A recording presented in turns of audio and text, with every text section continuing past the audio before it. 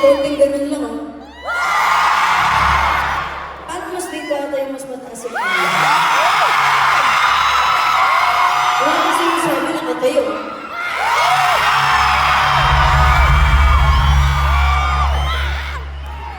Dito. Dito po ba?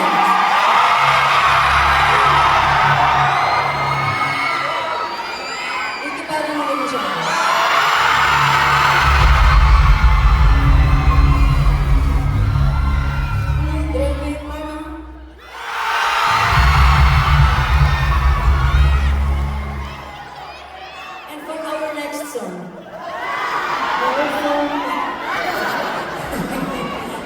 Pina-energy check kasi bago ko.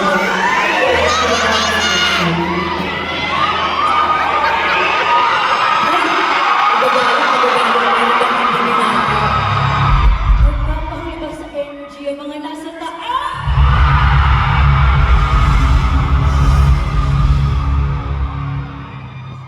Grabe talaga yung sigaw eh. Pag nung sinabi kong sing for your taxes, iba yung humot mo.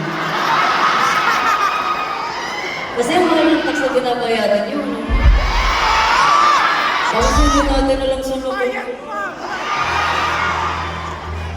Alam naman natin saan mapupunta, wala lang tayong magawa. Ha? Ay no, wish ko na lang talaga ay birthday wish din nagkakaroon.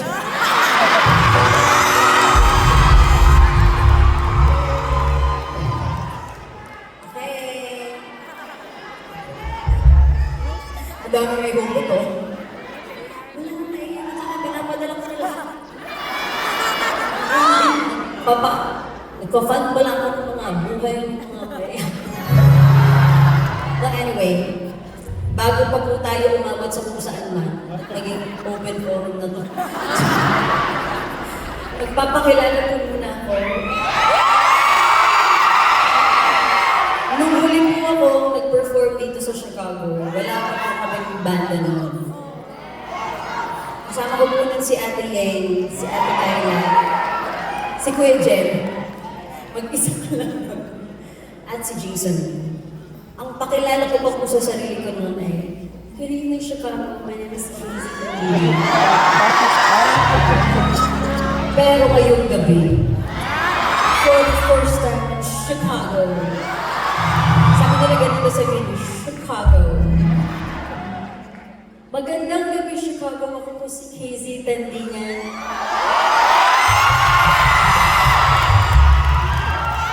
Wait for it. Let's hear it.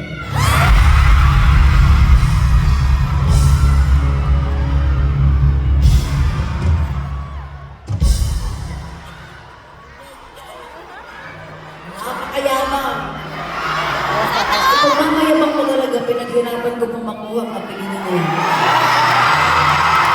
I will flaunt it. It's, ha? Ano po, ano po? Thank you so much for your support. Gusto ko yung ganito yung andama natin, but it feels so intimate. Okay, next song tayo. Bakit? Excuse me muna.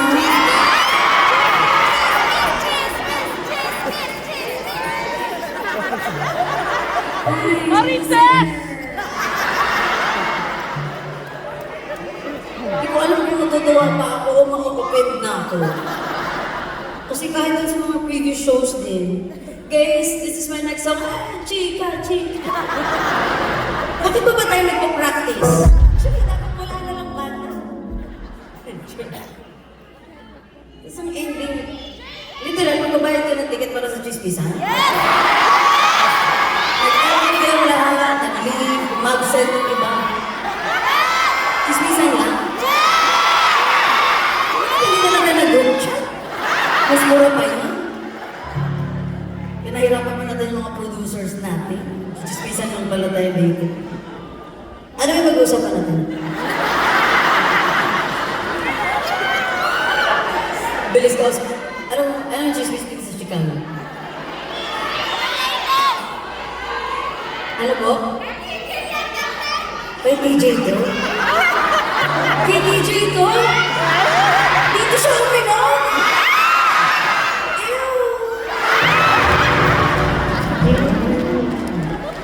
Hayaan nyo na, para naman din nagkikis. So,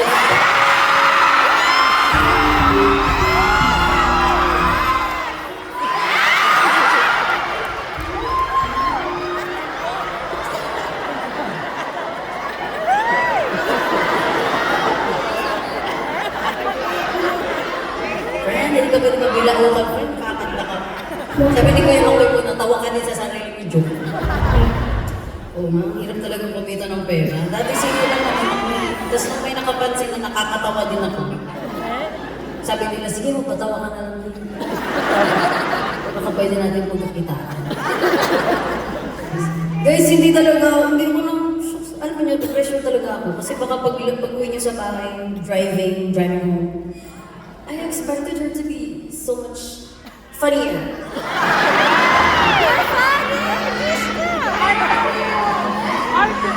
Pero singer ako guys. Singer ako ganun kasi pagpapatapos singer. If uwi kayo ng bahay niyo and ma-realize niyo, I'm not as funny as you expected, then sorry. It's your problem.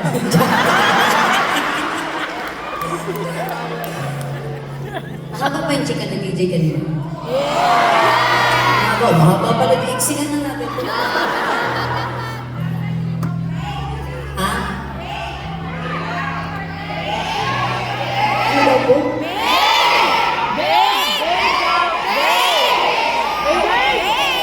Babe? Akala mo babe? Ano? Sabay-sabay ka mag-babe. Babe, ang tawag niya sa akin?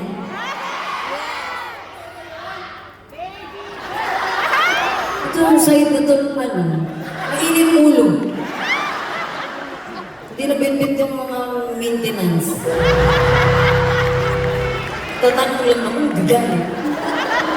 So, kung tinanong, sabi ko na DJ kanina ay, babe ang tawag niya sa akin.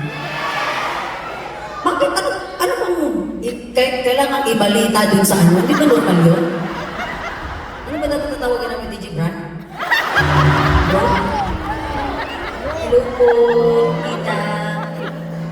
Hello po, I'm so sorry. May annoying you. Sorry po. Kasi si tita kanina parang sorry po. Tapos pagpasok ko dito nung nag-rap-rap, may patoy-an mo.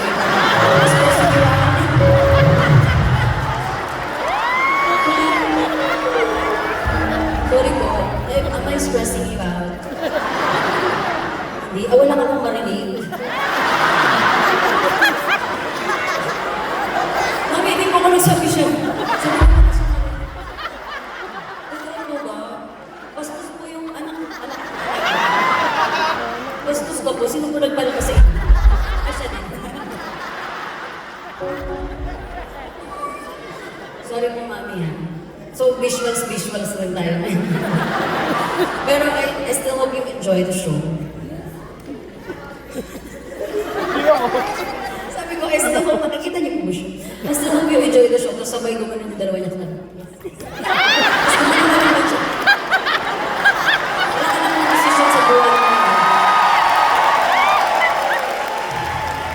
Wala ka namang decision sa buhay niyo. Baliktad ka ngayon. Dati kayo pong nasusunod. Ngayon, sila na po. Sorry po.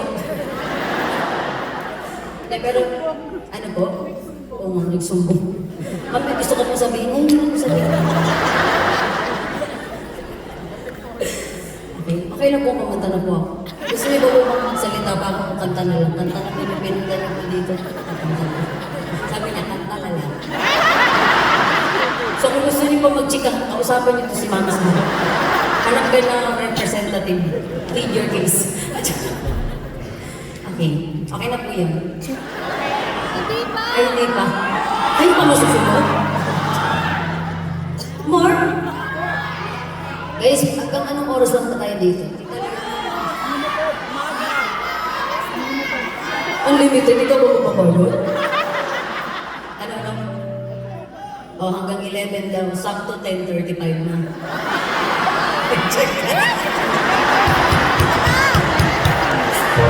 Sabay-sabay din sa room. Hindi nyo malayo. May 2 oras na pala ako sa Hindi kayo matutulog. Kayo yan. Paano naman kami? Hindi, okay. Ano po? Seryoso na po. You know what, guys? Hindi tuloy ako makaseryoso. Napakasama kasi ng ugali niyo lahat. You know what? Wala na lang talagang maayos. Okay, isang araw, ulit din na. Hey guys, kailangan ba ng ano? I have to be in the zone. In the zone. Okay. Di ba sabi ni DJ kanina, I'd like to give my wife flowers kasi... Siyempre, I don't want to give you the flowers, give me. Po? Sana all. Correct. Sabi niya, I'd like to give my wife her flowers kasi siyempre daw, sinuportahan ko daw siya, and-encourage ko daw siya para i-push mo yung sarili niya. Pero sa totoong buhay, ganun din si DJ po sa akin. Alam mo yung na-appreciate ko kayo, pero minsan paano. Yung alam mo yung kaibigan mong nabubuyo na lang.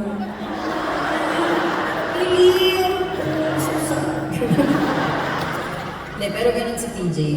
Akala niya lang ako yung nagpupush sa kanya, but he does the same for me. Hindi na lang talaga kayo nakakaramdam ng seryoso na lang. Kasi, I've been in this industry for 14 years. And I've always been with a big music label. Pero yun na nga, after 14 years, with the encouragement, of course, of my husband, I finally decided to become an independent music artist.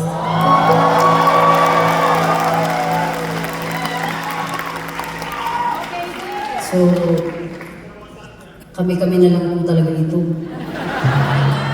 Mga ipon namin dito na lang pupunta. Pero I feel very happy. Even though there's a part of me, there's a big part of me na natatakot kasi syempre it's something I've never done before.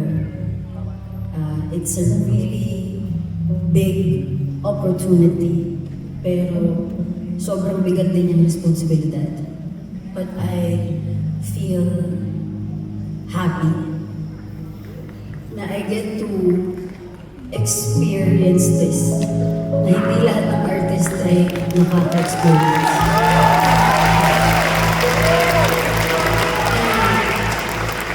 Nakakapag-release ako ng kanta na sinulat ko.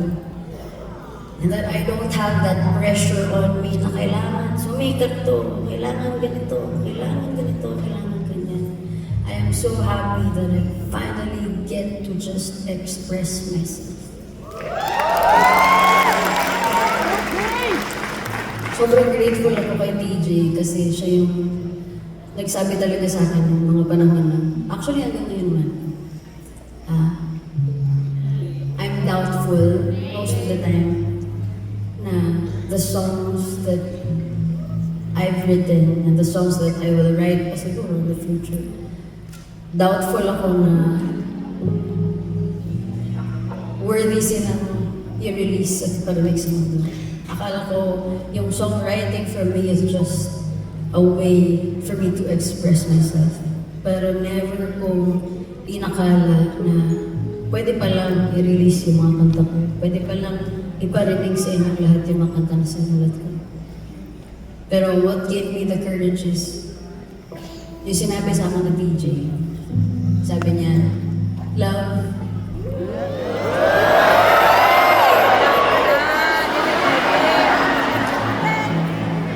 sabi niya,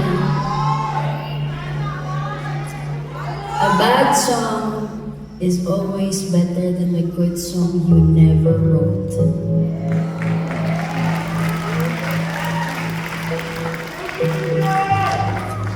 And so parang biglang may nag-switch ako na, oo nga no, how would I know if I don't even try? Sabi niya, subukan mo lang, nandito naman ako. And so this next song that I'm performing is the very first single that I released independently. Available na po ito sa lahat ng digital music streaming platforms. So, shameless promotion because you know, independent. Pero this song is about my sister. She recently moved to... Saan nga ba yung kapatid ko? New Zealand. So naman, Miss Kay. Bago pa kasi. So, my sister moved to New Zealand. Tapos mag-isa lang siya. Actually, today is her birthday. This is her first time celebrating her birthday.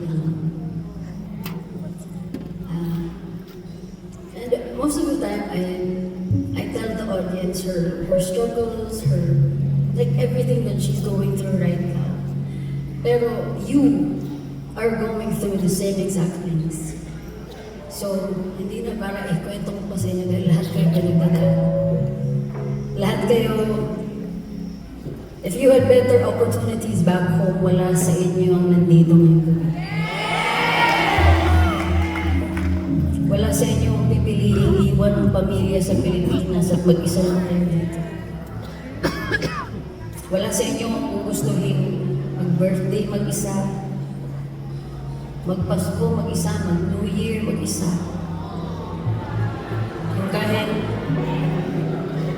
Kahit gustong-gusto niyo nang umuwi kasi miss na miss niyo yung pamilya ninyo, hindi niyo magawa kasi hindi pa tapos ang pag-aaral ng mga kapatid mo.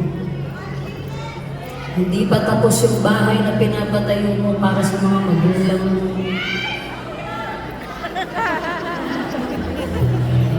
Hindi pa tapos ang gamutan ng mga magulang mo.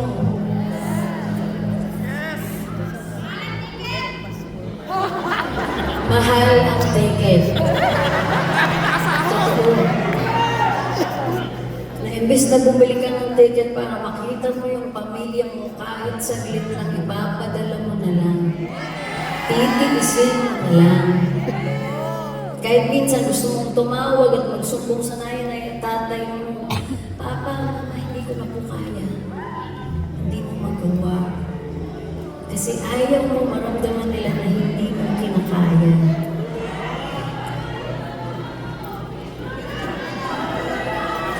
So lahat ng nararamdaman mo, ikaw lang ang nakakaalam.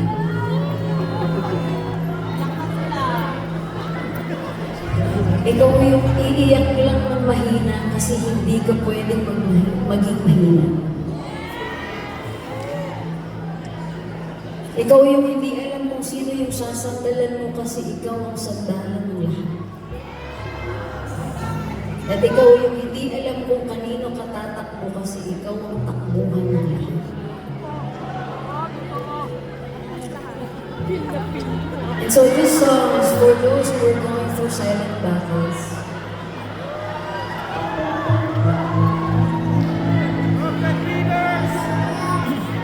Hindi, labas niyo lahat ng nararamdaman niyo. Para to sa lahat sa inyo na hindi niyo masabi ang nararamdaman niyo. Para sa mga paghihirap na hindi niyo maamin. Ihirap na lang niyo.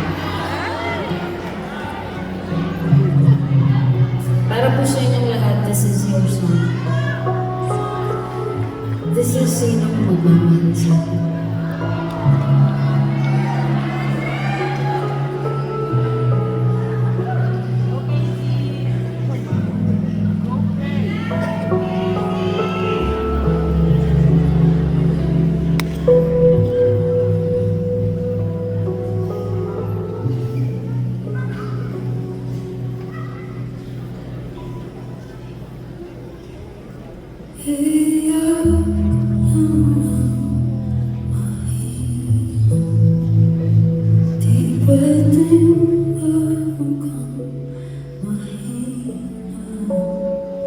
Wala bang tapuhan ang tapuhan? Di pwedeng sumandal ang sandal. Sino naman sa'kin? Bigat ng pasanin pagkakamanin. Puro sugat ito, tanggapin ba ba? Meron ba pagkaya mamahal sa'yo?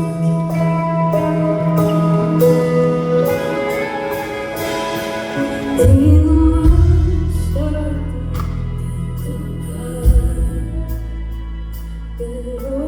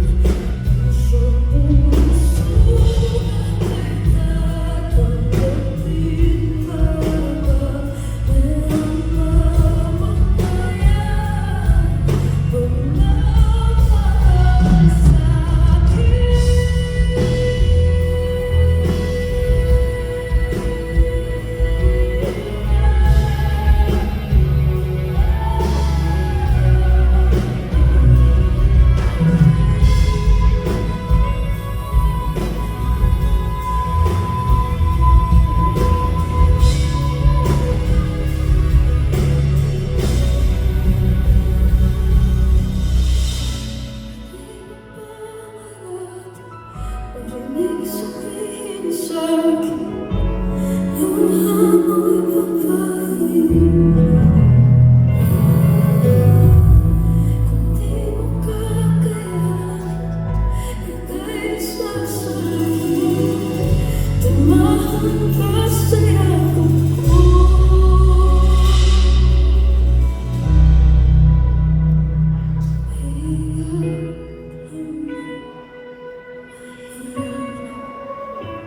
Di pwedeng magmahal,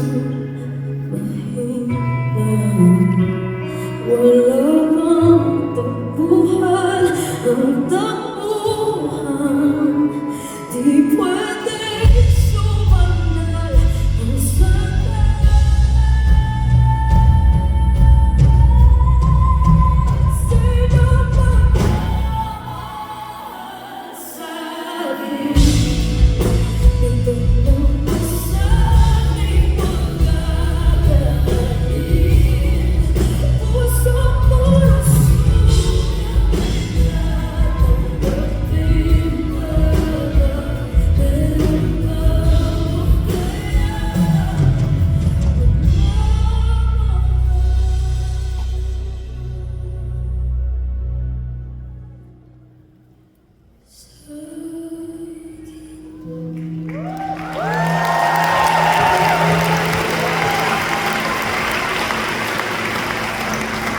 Thank